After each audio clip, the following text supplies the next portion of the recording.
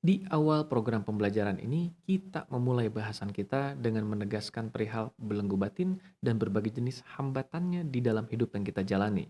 Namun kita kemudian memperdalam bahasan tentang belenggu batin ini lebih jauh menggunakan ilustrasi perangkat komputer dan OS yang mengoperasikan perangkat komputer ini. Kita sudah belajar bahwa ternyata belenggu batin merupakan salah satu bentuk OS yang disfungsional dalam sebuah perangkat komputer. Pada awalnya, di masa lalu, OS itu terbentuk karena memang ia memiliki sebuah manfaat untuk menghindarkan kita dari mara bahaya atau mendekatkan kita pada hal yang dianggap bisa memberikan kenyamanan. Masalahnya adalah di masa kini, cara kerja dari OS itu tidak lagi sejalan dengan kompleksitas kehidupan yang kita jalani. OS yang gagal update. Kita hidup di masa kini, namun menjalani kehidupan di masa kini dengan mengoperasikan OS masa lalu. Kita juga sudah membahas bagaimana OS masa lalu ini seringkali terkontaminasi oleh keberadaan virus yang kita kenal sebagai trauma dan luka batin. Kita juga sudah membahas bagaimana trauma dan luka batin ini kemudian kita ilustrasikan dalam bentuk bagian tubuh yang terluka. Ilustrasi bagian tubuh yang terluka yang kemudian menghindar ketika tersentuh lukanya menggambarkan bagaimana reaksi kita ketika dihadapkan dengan hal-hal yang pernah menyakiti kita di masa lalu. Muncul sebuah reaksi emosi berlebih yang tidak bisa dikendalikan demi menghindari hal yang kita anggap bisa menyakiti kita itu. Kalau begitu, apakah belenggu batin ini hanya seputar reaksi emosi berlebih yang tidak bisa dikendalikan? Tidak juga. Kali ini, mari kita kembali membahas tentang belenggu batin dan berbagai wujud-wujud lainnya. Yes, belenggu batin ini bukan hanya muncul dalam rasa tidak berdaya untuk mengendalikan perasaan, tapi juga ketidakberdayaan untuk mengendalikan perilaku. Di mana wujud lebih spesifik dari belenggu batin ini adalah masalah perilaku dan kebiasaan buruk. Bukankah ada begitu banyak orang yang tahu bahwa mereka mengalami permasalahan perilaku atau kebiasaan buruk yang mereka tahu tidak seharusnya mereka lakukan, dan mereka juga tahu bahwa mereka seharusnya berhenti atau tidak melakukan itu, tapi justru itu yang tidak bisa mereka lakukan. Seperti mereka yang punya permasalahan dengan perilaku belanja berlebih atau compulsive shopping. Mereka tahu tidak seharusnya mereka menghabiskan uangnya secara berlebih untuk berbelanja hal-hal yang tidak seharusnya mereka beli. Tapi apa daya, muncul sebuah dorongan yang tidak bisa dikendalikan yang membuat mereka terus-menerus menghabiskan uangnya untuk perilaku belanja yang tidak sehat itu. Ada juga yang mengalami permasalahan perilaku dalam bentuk kecanduan atau ketagihan atau kebiasaan buruk. Seperti misalnya kecanduan game online atau kecanduan melakukan perilaku-perilaku yang tidak seharusnya, seperti pornografi misalnya, atau perilaku lain apapun yang merugikan diri tetapi sulit untuk dihentikan. Dalam beberapa kasus yang ekstrim, Anda mungkin pernah mendengar perilaku kleptomania, di mana seseorang senang mencuri atau mengambil barang yang bukan menjadi haknya karena ia merasa ada sebuah dorongan yang tidak bisa ia kendalikan. Bukankah lagi-lagi ada gejala kemunculan dari belenggu batin di sini? Hilangnya kendali, perasaan berkonflik. Orang-orang yang terjebak dengan masalah perilaku dan kebiasaan buruk sama sedang kehilangan kendali atas dorongan yang kemudian membuat mereka mengoperasikan perilaku atau kebiasaan buruk itu. Tapi di sisi lain, mereka juga tahu bahwa hal itu tidak seharusnya mereka lakukan, sehingga muncul perasaan berkonflik. Bagaimana bisa? Untuk memahami hal ini, kita perlu kembali menggunakan ilustrasi bagian tubuh yang terluka. Dalam ilustrasi sebelumnya, kita sudah belajar bahwa ketika bagian tubuh yang terluka ini tersentuh oleh suatu hal, maka kita refleks menghindari hal yang kita anggap melukai itu. Tapi seringkali, menghindari hal yang melukai kita itu tidak menjadi satu-satunya opsi.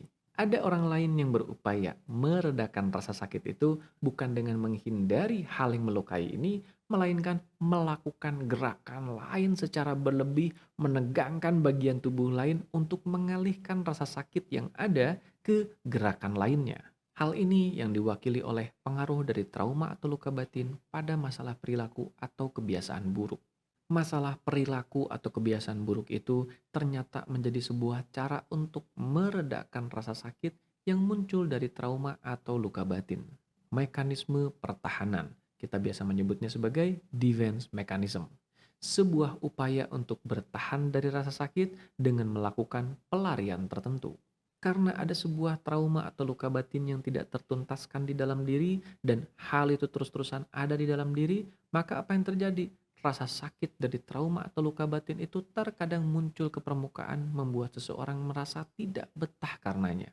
Rasa sakit dan tidak betah inilah yang kemudian ia coba redakan dengan perilaku atau kebiasaan buruk tertentu yang ternyata ketika dilakukan memberinya sebuah dunia tersendiri yang mengalihkannya dari rasa sakit itu. Seorang klien saya memiliki permasalahan sulit mengendalikan kebiasaan makan berlebihnya. Selidik punya selidik, ternyata kebiasaan makan berlebih ini yang ia nyatakan sebagai masalah perilaku atau kebiasaan buruk ternyata merupakan bentuk mekanisme pertahanan atau defense mechanism ketika ia merasa stres atau cemas karena tekanan pekerjaan. Selidik punya selidik lebih dalam lagi, ternyata rasa stres atas tekanan pekerjaan ini juga mengaktifkan trauma atau luka batin masa lalunya yang pernah mengalami kekecewaan ketika dihadapkan dengan pekerjaan atau tugas-tugas sekolah. Ternyata perilaku makan berlebihnya merupakan sebuah cara untuk meredakan rasa sakit dari sebuah peristiwa traumatis yang belum tertuntaskan yang teraktivasi di masa kini akibat tekanan pekerjaan. Perilaku kasar dan menyakiti termasuk salah satu hal yang saya dapati seringkali merupakan ekspresi dari trauma atau luka batin yang juga tidak tertuntaskan.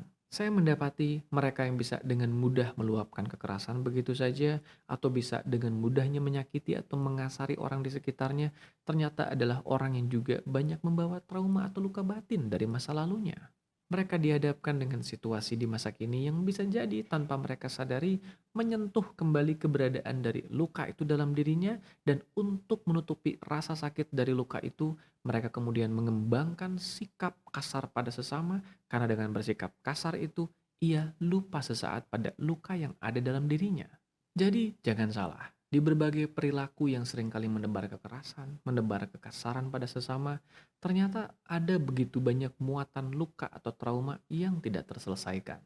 Kita tidak sedang membenarkan perilaku kasar dan keras itu, tapi kita mencoba untuk memahami apa yang mendasarinya. Saya menemukan hal ini seringkali dialami oleh orang tua yang sulit mengendalikan kemarahannya atau seringkali berperilaku kasar pada anaknya. Selidik punya selidik dalam banyak kasus, ternyata mereka hanya merefleksikan kisah yang mereka alami ketika kecil. Ternyata perilaku anaknya ini mengaktifkan luka dalam diri mereka karena mereka juga pernah berperilaku yang sama ketika kecil dan mereka kemudian dihukum dalam bentuk perilaku yang kasar atau keras. Peristiwa itu membuat mereka trauma, membuat mereka terluka. Ada sebuah luka yang tidak terselesaikan dalam diri mereka karena mereka pernah dikasari atau dikerasi. Ketika di masa dewasa mereka melihat anaknya menunjukkan perilaku yang sama, maka luka lama itu muncul kembali dan hal itu menimbulkan ketidaknyamanan. Untuk menghindari ketidaknyamanan yang muncul dari dalam, maka keluarlah sebuah perilaku yang bertujuan meredakan rasa sakit itu, yaitu dalam bentuk perilaku yang kasar dan keras. Karena perilaku kasar keras itu juga sudah ada referensinya dalam diri mereka, karena mereka pernah mengalami hal yang sama. Dengan kata lain, mereka pernah terluka di masa kecil karena pernah berperilaku tertentu yang kemudian mendapatkan ganjaran berupa perilaku kasar dan keras yang kemudian menjadi referensi dalam diri mereka. Ketika di masa dewasa mereka dihadapkan dengan pengalaman sejenis yang mengaktifkan kembali luka lama dalam diri mereka, maka mereka merasakan ketidaknyamanan dan mereka harus melakukan segala cara untuk meredakan ketidaknyamanan itu di mana perilaku kasar dan keras yang pernah menjadi referensi itu kali ini mereka lakukan.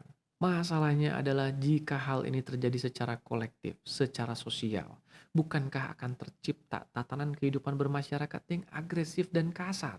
Itulah kenapa penting bagi kita untuk memahami dampak sosial dari trauma dan luka batin yang tidak tertuntaskan ini. Banyak upaya untuk penanganan masalah perilaku dan kebiasaan buruk ini yang kemudian berjalan berlarut-larut karena ternyata mereka tidak menuntaskan akar dari trauma dan luka batin yang melatari munculnya masalah perilaku dan kebiasaan buruk itu. Jadi, ingin melepaskan permasalahan perilaku atau kebiasaan buruk secara lebih efektif, jangan hanya fokus pada permasalahan perilaku dan kebiasaan buruk yang nampak, tapi fokuskan juga atensi kita pada apa trauma atau luka batin di dalam diri yang belum tertuntaskan yang melatari munculnya masalah perilaku dan kebiasaan buruk itu. Itulah dia wujud lain dari belenggu batin dalam bentuk masalah perilaku dan kebiasaan buruk yang seringkali juga memunculkan konflik internal dalam bentuk konflik nurani. Di topik video pembelajaran berikutnya, kita juga akan menyoal wujud lain dari belenggu batin yang selama ini mungkin jarang disadari, yaitu belenggu fisik.